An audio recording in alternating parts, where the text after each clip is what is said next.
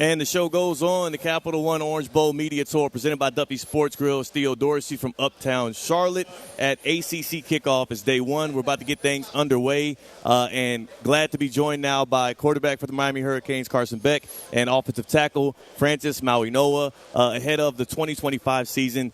Y'all are coming off of a 10-win season. I'll start before I get to you, Beck, because you weren't there for it. I'll start with you, Francis. Just what are the vibes around the Canes that are returning, coming back off of the best season since 2017, but also knowing that that best season didn't end the way that y'all would have liked it to? Yeah, I mean, the whole mentality coming back is we didn't get what we want, so we want to get what we want. And throughout the whole, the vets that are coming back, I mean, with Carson Beck back there, he's going to lead us, and we're going to take it, everything that we want. Everything that we earned and everything that we worked for. What you got around your neck? But speaking of the things you earned and worked for, you're looking good there. What's that right there? This is we call it ula fala. It's a custom in our culture, Samoan culture, that chiefs wear these to represent their status.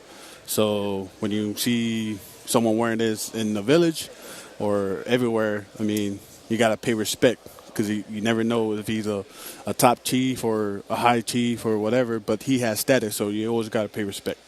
Carson, do you think he at 6'9", 300,000 pounds needs to wear that to get respect? I mean, how happy are you to be coming here and being able to be protected by a guy like him? I mean, very excited. I still remember, and he actually just talked about this in our last interview. The first day, like right when I had committed, I guess is what we call that, and like decided to come down to Miami, him and a lot of the other offensive linemen texted me, but him specifically texted me. He's like, excited to have you here. Like, I'm not going to let anyone touch you, hit you, anything. I was like, okay, yeah, I'm excited to play behind this guy. So. Got to protect that elbow. Absolutely. How's the elbow feeling? Are you able to throw? What's the status with that? Yeah, I mean, I've been 100% for a while now. I've been full go all summer, essentially, and just being able to finally get back on the field, work with the guys, and not just sit there and study film and try to teach like little intricacies and routes and teach the guys coverage and running certain routes against certain coverage, actually be able to get out there and work and throw and get timing and, build camaraderie with the wide receiver group, tight end, running backs, guys of that sort, has been really good. I mean, I wasn't able to throw for 4 months, so to finally be able to get out there and work was really huge for me and huge for my mental. Just what was that like? You talk about the mental process of it, but then also you're also trying to rehab an injury. What was that like having to be on the sidelines at a time where you want to be playing football most, and then having to parlay that into changing where you're going to end up at? Obviously, we're happy that you went with the Miami Hurricanes. You're out here at the ACC, but what was that like living through those 4 months when you didn't know what the end would be? I mean, it was a whirlwind of emotions, to be completely honest, and I mean, from the moment that the injury happened up until now has just been a roller coaster. And I'm happy that I've been here at this school around these coaches and these guys because they've more than had my back and they've more than accepted me as family into their culture, which I'm very appreciative of and very thankful for. And they've made that transition so much easier for me, just with everything that's happened and rehabbing the injury and coming to a new school and meeting new people. So, they've made that transition simultaneous, and I'm very, very appreciative for it. We're continuing, ACC Day 1 kickoff with the Capital One Orange Bowl Media Tour presented by Duffy Sports Grill. Theo Dorsey, Carson Beck, Francis Mauigoa joining me here. That offensive line, I mean, I keep hearing people call it one of the best in the nation. Do you feel like y'all are going to prove that y'all are actually number one, the top dogs this year? I mean, that's the mindset, but with Coach Mirabal behind us, I mean, the failure of that is not, in us. We have a high expectation on us, and we have high hopes, and we have a high guy in the backfield that we got to protect.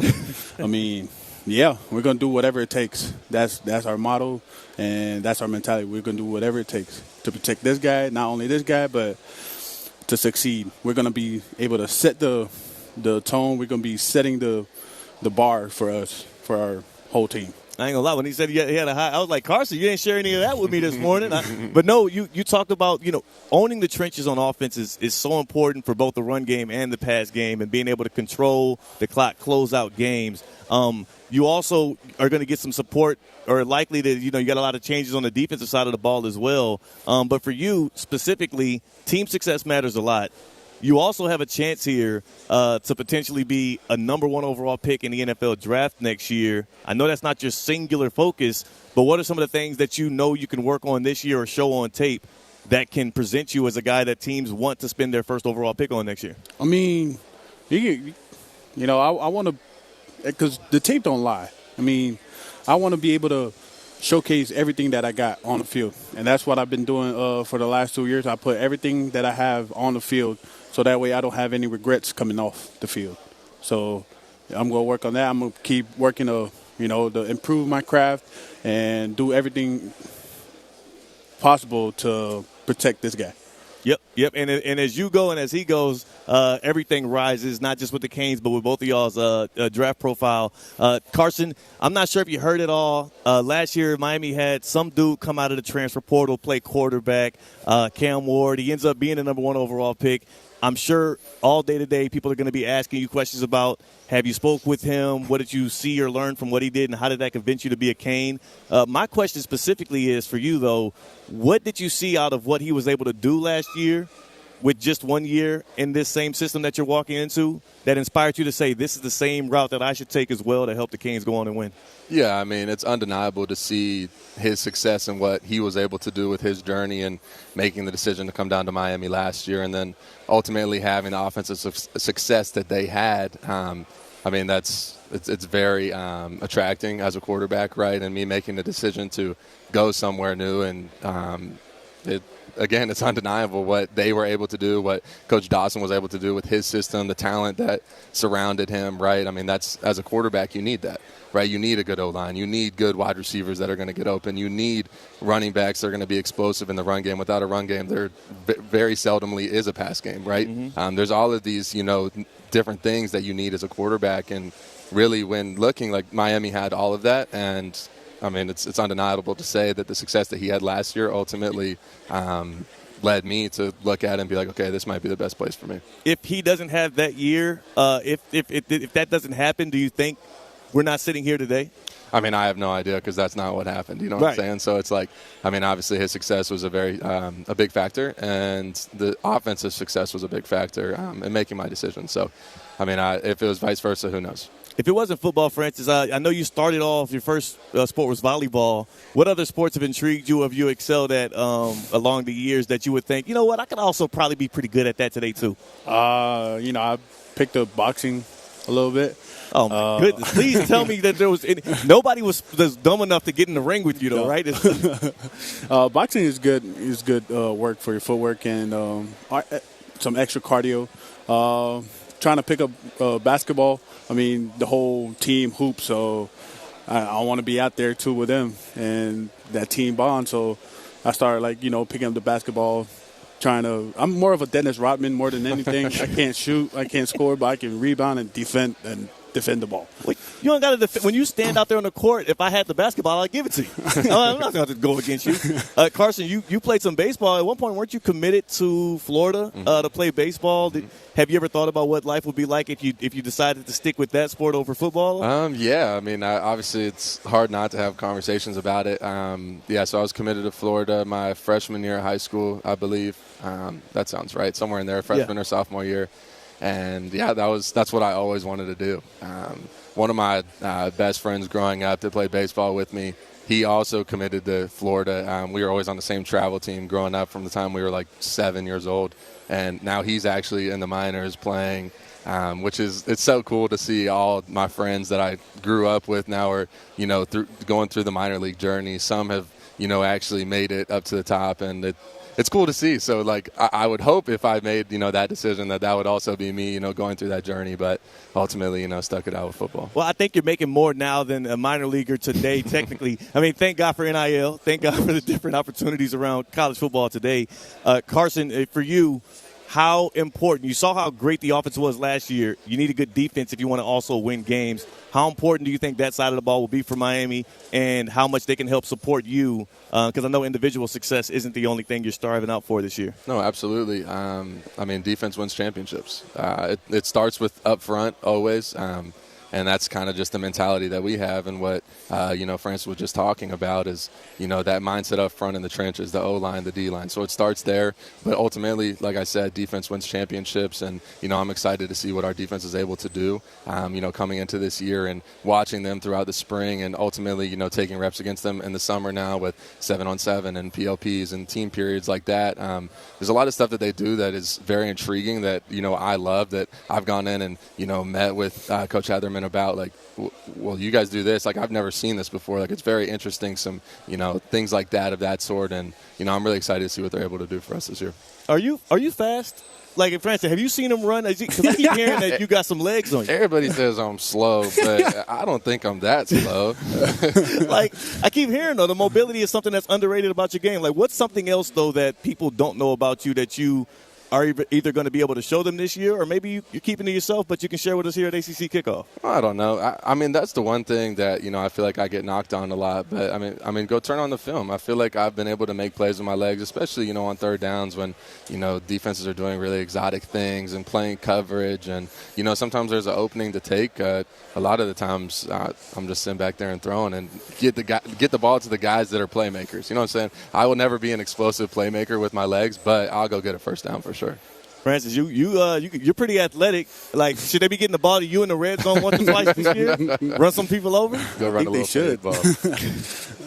Have you done any of that at all through high school and in any early in college that I might have missed? It was in high school. We always practice a play, but it never happened. We never get into a situation like that. Well, I mean, thank God we didn't have to get into that situation. But I mean, it was great. I mean, if push came to shove, though, and they needed you on the goal line, it's 4th and 1. Maybe you got an injury or two in the backfield. You can come in and get the score. Push tush. I mean, if you do a push tush, I mean, I play rugby too, so I'm already know how to scramble in that. Yeah. So yeah. I would be tuning in to watch that for sure. As we continue the Capital One Orange Bowl media tour here at ACC Kickoff, Carson Beck and Francis Mauigoa. Carson, I want to ask you too. Before you embark on this year, what you know is going to be your last year, what do you know about the Miami Hurricanes? What have you learned about them? What did you know growing up about them? And what have you been learning along the way as you've now been ingratiating yourself into in Hurricane Nation? Yeah, absolutely. I always go back and look at when I was younger, right, and those national championship runs, and the classic, like the Notre Dame Miami rivalry, right? Like that's what I always grew up on. Being from Florida and watching Florida State, Miami, right? Those schools, being in Florida and being from the state, but now coming here, right, and being, entrenched in the culture and getting around these guys. I mean, it's everything and more of what I thought it was going to be, right? With Coach Cristobal up top, and then obviously Coach Dawson at the OC. I think there's a lot of really great personalities in our coaching staff, and they do a really great job of leading us and showing us the way, right? But on top of that, there's a lot of guys on the team, and I really believe that it's very player-led. When I say there's a lot of guys that are player-led leaders that are going to motivate each other and push each other, and I really think that that's what it takes, right? And ever since I've gotten here, that's what I've been able to see and notice, and I've loved it since I've gotten here. So, what show do you think you would last the longest on, Love Island USA or Squid Game? I'll start with you, Francis. Do you know the premise of both? Which one do you think you would succeed the best at? I mean, I'm in the movie or like watching the movie? You're playing in it. You're either in Squid Game or you're in Love Island USA. Which one do you last longer? I'm sure I have to go with Squid Games because I don't like Love Island. Yeah, there you go. That works. I'm a Christian guy, and I don't rock with Love Island. What about you, Carson? Which one do you think could last longer? I'm going to have to go with Squid Games. That Love Island's too much drama for me. Can't mess with all of that. No. Can't mess with all of that. And lastly, Van, what do you think actually went wrong at UGA at times when you were trying to get things going as you had last year, a year that was less efficient than the year before, and how are you going to make sure that kind of stuff doesn't happen with the Canes this year? Yeah, I mean, I don't think it's a matter of what went wrong necessarily. I mean, every single week and week in, week out, I mean, I was in there preparing my butt off, trying to be the best quarterback I could be. Obviously, everybody is, bound and, susceptible to make mistakes. And I wouldn't say things went wrong. I mean, we lost 2 games, I mean, obviously 3 at the end, but I was on the sidelines. I mean, we lost 2 games and won the SEC championship. I'd say that's a pretty successful year in my eyes. But, man, I'm just excited to be here and have another opportunity to play football, man. It's something that I love doing, and I've done my whole life since I was 5, 6 years old. So just another opportunity to get out here with, new faces, new coaches, and really a fresh start. So I'm really looking forward to it. We are as well. Thank y'all again for spending some time with us this morning. Good luck on the rest of your day and time here in Charlotte. And good luck to the Canes as y'all kick the season off at home against Notre Dame, like you talked about. Yes, sir. Thank you. Thank y'all. Absolutely. Good stuff. Appreciate y'all. Mm-hmm.